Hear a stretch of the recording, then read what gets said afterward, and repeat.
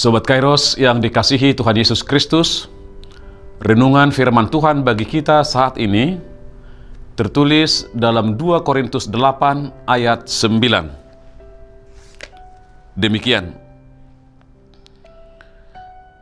karena kamu telah mengenal kasih karunia Tuhan kita Yesus Kristus, bahwa Ia yang oleh karena kamu menjadi miskin, sekalipun Ia kaya, supaya kamu menjadi kaya oleh karena kemiskinannya.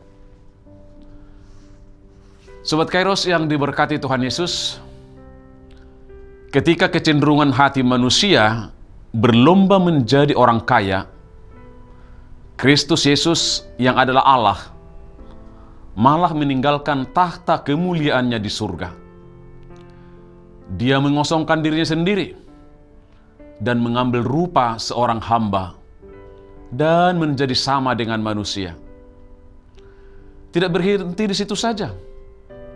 Dalam keadaannya sebagai manusia, Ia telah merendahkan dirinya dan taat sampai mati di kayu salib, sebagaimana dapat kita baca dalam Filipi 2 ayat 6-8. Ia mengambil rupa seorang hamba, lahir sebagai manusia, dan hidup dalam kemiskinan. Kita lihat saja mulai dari kisah kelahirannya.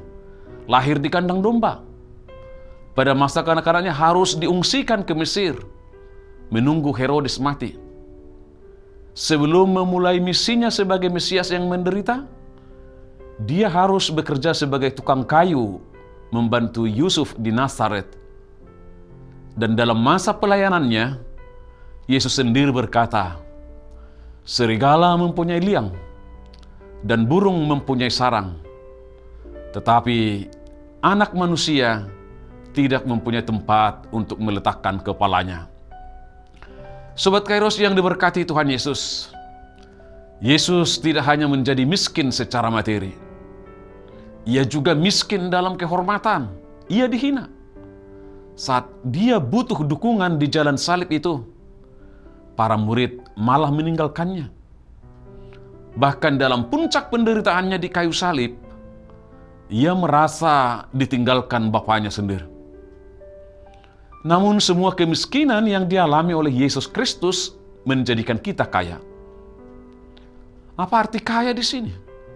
Saudara-saudara, tentu ini sama sekali tidak terkait dengan kekayaan secara materi. Namun lebih daripada kekayaan materi, sebab oleh kemiskinan, atau lebih tepat oleh karena penderitaan dan pengorbanan Tuhan Yesus, kita dikaruniai segala berkat rohani di dalam sorga. Efesus 1 ayat 3. Kita menjadi anak-anak Allah, dan Allah menjadi Bapa kita. Oleh kasih karunia-Nya, kita menjadi ahli waris dalam kerajaan surga. Dengan kata lain, kita beroleh pengampunan, damai sejahtera, relasi kita dengan Allah dipulihkan, hingga kita beroleh kehidupan yang kekal. Inilah hidup yang berkelimpahan yang dimaksudkan Tuhan Yesus, yang diberikannya bagi kita orang percaya, seperti dikatakannya dalam Yohanes 10 ayat 10. Sobat Kairos yang diberkati Tuhan Yesus, apa pesan firman Tuhan hari ini bagi kita? Pertama, kasih sejati itu memberi, bukan menuntut. Yesus tidak datang untuk dilayani, melainkan untuk melayani. Kita dipanggil untuk menghidupi kasih yang memberi, baik di dalam keluarga, pekerjaan, maupun pelayanan. Yang kedua, kemurahan hati lahir dari hati yang telah mengalami kasih Kristus. Paulus menantang jemaat Korintus untuk memberi bukan karena terpaksa, tetapi harus dengan kerelaan hati, sebagaimana Kristus dengan rela berkorban untuk kita.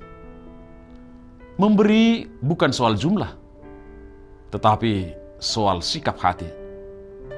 Kita memberi karena kita sudah menerima begitu banyak dari Allah. Yang ketiga, Identitas kita ditentukan oleh kasih Kristus, bukan oleh harta dunia. Dunia mengejar kekayaan materi, tetapi kita adalah orang yang kaya di hadapan Allah karena karya Kristus.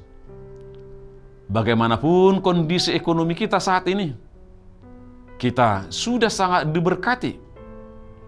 Yesus datang supaya kita memiliki hidup dan mempunyainya dalam segala kelimpahan. Selamat beraktivitas. Tuhan Yesus memberkati kita semua. Amin.